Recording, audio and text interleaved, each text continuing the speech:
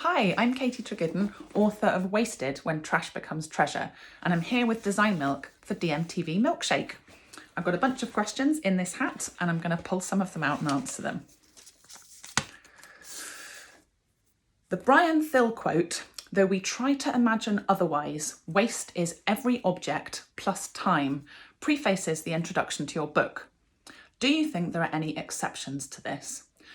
Do you know, I really don't. And it's interesting that we tend to think about things like a single-use coffee cup. We know that becomes waste very quickly. Often I talk to designers and makers about the waste involved in their practices, and they'll say, well, my piece of furniture is designed to be handed down through generations. And my question is always, and then what? I think sometimes that time can be hundreds of years, but at some point that object is going to become obsolete. And I think 80% of the environmental impact of an object is baked in at design stage. So we've really got to think about the end of life of the objects that we're designing, even if they're designed to last for a really long time. Right, next question. Okay, so this one says, obviously the book is a macro level effort to dig into the perils and potentials of waste. That's a good description. What about the micro level? Can you recall an incident where you were dismayed by a fellow citizen's wasteful practice? And did you step in? Yes, I can. I live in Cornwall, which is in the far southwest of England and entirely surrounded by coastline. So we've got loads of beautiful beaches around here. And sadly, the people who visit Cornwall aren't always as respectful of our beaches as the locals.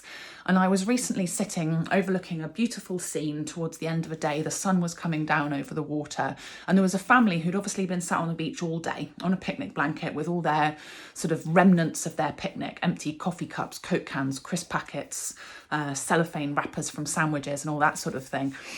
And when they'd finished their day on the beach, they stood up, picked up their blanket, shook it out and just walked away and left all that litter on the beach. My husband and I couldn't believe it. And obviously we went down and picked it up and put it in the recycling and put it in the bin because, you know, that's what you do. But yeah, it makes me sad. It makes me really sad that people can come and use these beautiful beaches and then kind of not show them that respect. But I think on a macro level, we're doing the same thing to the planet. So it's perhaps not that surprising. But perhaps if there are enough of us willing to go and pick up that rubbish and do something about it, then we might be okay as a species. Right, next question. This one says, which project in the book do you find the most beautiful? It's kind of like asking me to choose a favourite child, but if I must, you can actually see them behind me. These pieces are made by a designer who's based in Nottingham in the north of England called Amy Bolu. And they take pieces of waste, the detritus of the urban landscape, I think they call them, and then hand throw or hand turn these beautifully elegant vessels to suit each piece of waste.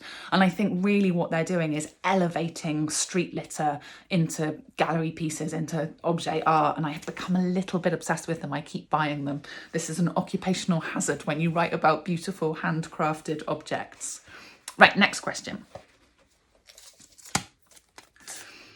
This one says, is there an area of your life that necessarily produces more waste than you would like? And what are you thinking around reducing it?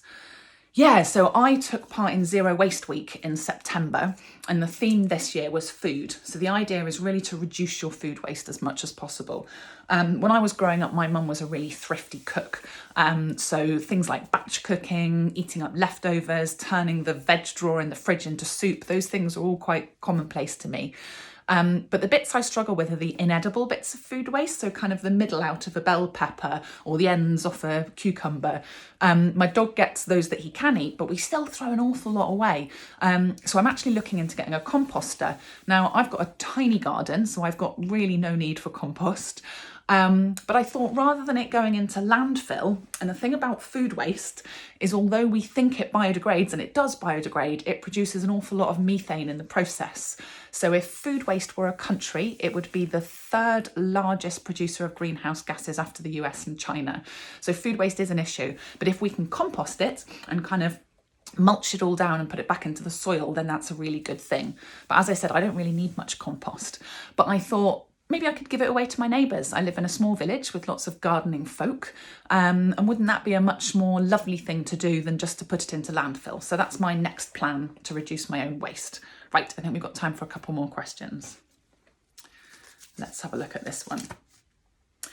Do you think the most valuable thinking around food waste will happen at government level or corporate level, as per the pret-a-manger example in the book?